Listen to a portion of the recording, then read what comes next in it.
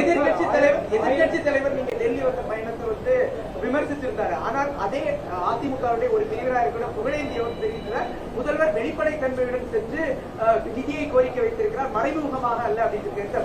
இதை நீங்க எப்படி பாருங்க? வெள்ளக்குடியை காட்ட போறாரு சொன்னாரு. வெள்ளக்குடி இல்ல, அவர்கிட்ட இருக்கிற மாதிரி காவி கூட இல்ல. அவங்களுடைய ஒரு பிரிவினரை வந்து உங்களுக்கு பாராட்டு தெரிவிச்சிருக்காங்க. அது மரியாதை சந்திப்பு. எப்ப டெல்லிக்கு வந்தாலும் அவங்க சந்திக்காம போறதில்ல. அதே அடிப்படையில் சந்திச்சிருக்கேன்.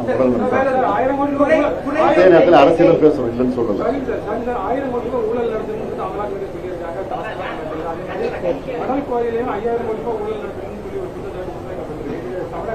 அதெல்லாம் குத்தலாட்டம், பொய், தேவையில்லாம பிரச்சாரம் பண்ணிட்டு இருக்காங்க.